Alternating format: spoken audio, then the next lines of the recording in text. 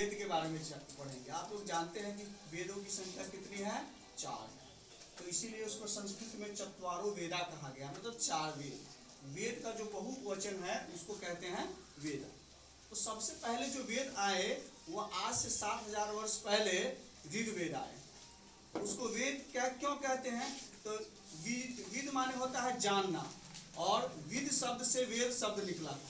पुराने समयों में हमारे ऋषिगण जो होते थे तो उन लोगों के पास जानकारी को संग्रह करने का कोई साधन नहीं होता था। बड़े बुजुर्ग के पास कोई परामर्श के लिए जाते थे, कोई जानकारी के लिए, तो बड़े बुजुर्ग जब खत्म हो जाते थे तो उनको बड़ी कठिनाई होती थी। इसीलिए उन लोगों ने अपने जितनी सूचनाएं थी, जितनी जानकारी थी, उसको एक किताब में लिखा, और समय के साथ लिखा। मतलब 500 सालों में, 1000 सालों में लिखते गए, और कई सारे ऋषियों ने, कई सारे ऋषिकाओं ने, यमी, आपाला, उर्वशी, वाघामुनि, ये ऋषि पत्नियां भी वेदों की रचना में संपन्न हुई। और इस प्रकार से सबसे पहले जो वेद लिखा गया वह कौन वेद था? ऋग्वेद था। अब ऋग्वेद जो थे वह ऋग्वेद के समय और उसके अनुसार जो जीवन जीने का प्रारंभ हुआ उसको ऋग्वैदिक काल कहा गया। और वेद की रचना सबसे पहले कहाँ हुई? तो सप्त सिंधु प्रदेश में, रावी, चिनाब, झीलम और सिंधु नदी इत्यादि का जो क्षेत्र था उसको सप्त सिंधु प्रदेश कहा गया।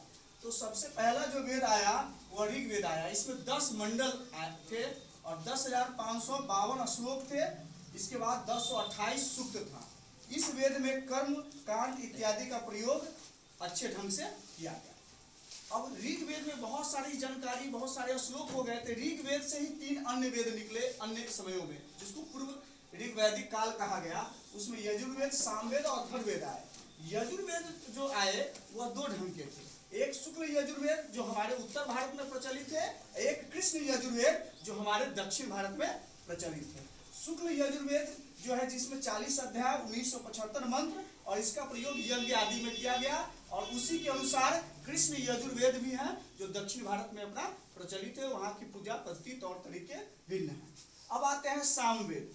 सामवेद में न गायन इत्यादि शब्द आए। सामवेद को गाने वाले को ना उद्गार करता कहते हैं। तो इसके भी 2 भाग है, एक पूर्वार्चिक और एक उत्तरार्चिक। ठीक है। इसमें 1875 मंत्र सन्निहित है, और इससे गीत संगीत में कैसे गीत गाते हैं, उसका छंद, लय, स्वर, स्वरों की पद्धतियां क्या है, ये सब सामवेद में निहित है।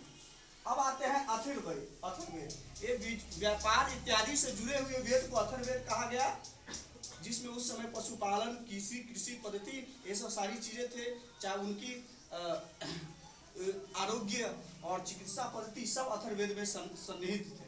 तो इसमें 20 कांड, 730 सूक्त और 5987 मंत्र हैं। ये अथर्ववेद जो है, अथर्ववेद में ही भूमि सूक्त है। अहम पुत्रो अहम पृथिव्या जैसे श्लोक इसी में सन्निहित है।